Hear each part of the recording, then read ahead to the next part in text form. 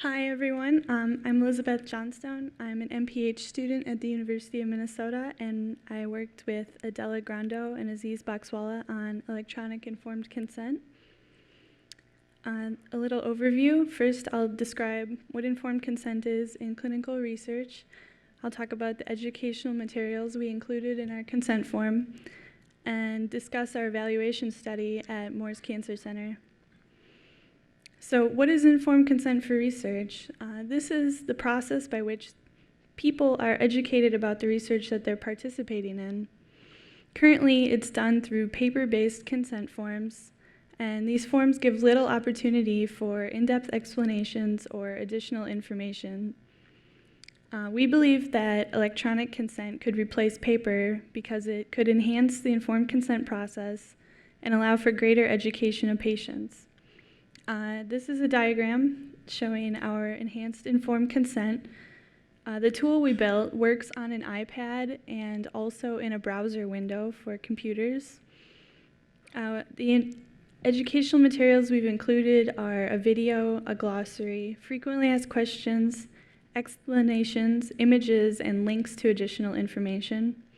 When patients are reading the informed consent form, they'll be able to peruse these at their leisure and hopefully become better informed about whatever they're consenting to. This is a screenshot showing our drop-down menu. We broke the informed consent form into sections, which allows for easier navigation by the patients. They can reread sections as they need to gain better understanding of what the procedures or the risks are. This shows one of our educational materials. It discusses what a pathologist does and how a skin biopsy is taken.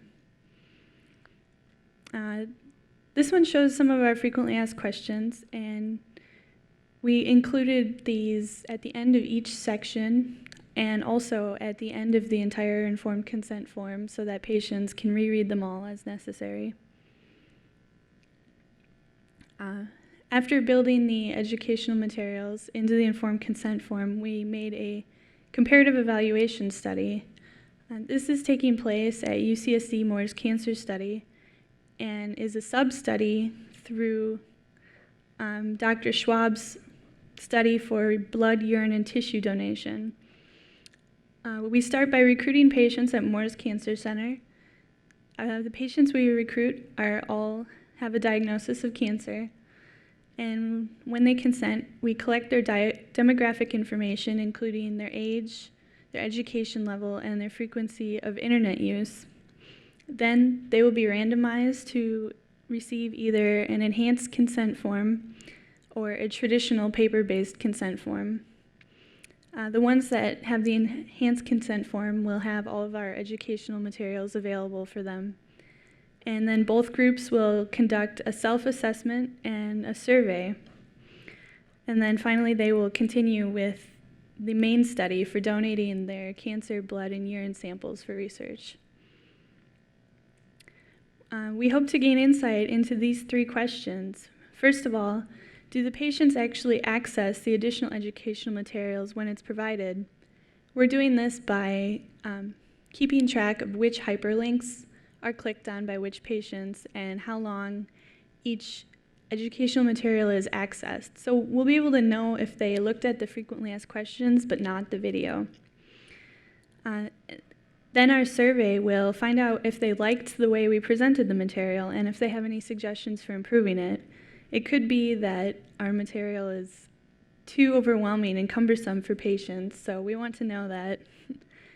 And finally, our evaluation study will check whether the patients can answer our assessment questions with higher accuracy if the educational materials are accessed.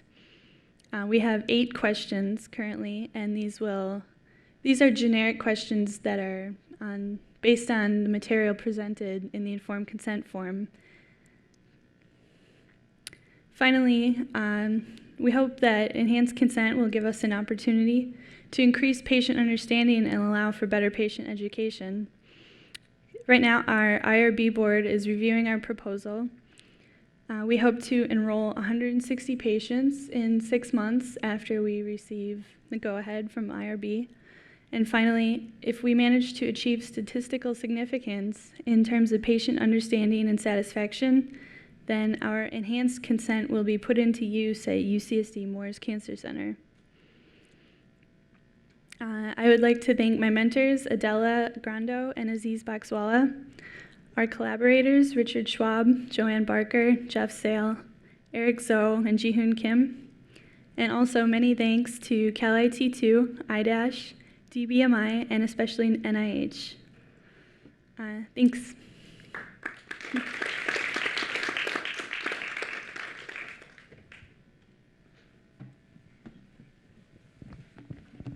Any questions? I have a question for Elizabeth. With your background in public health, seems like a project that's really suitable for your expertise, and I wondered if you could explain a little more what you felt you contributed to this project. Well, I was in charge of designing the educational materials by looking at previous informed consent research, as surveying patients to ask, what they wanted to know more about. Usually it's stuff like what the risks are and what the procedures are. And then I was also in charge of designing the evaluation study and figuring out a way that we could determine statistical significance and hopefully achieve that. Okay, thanks.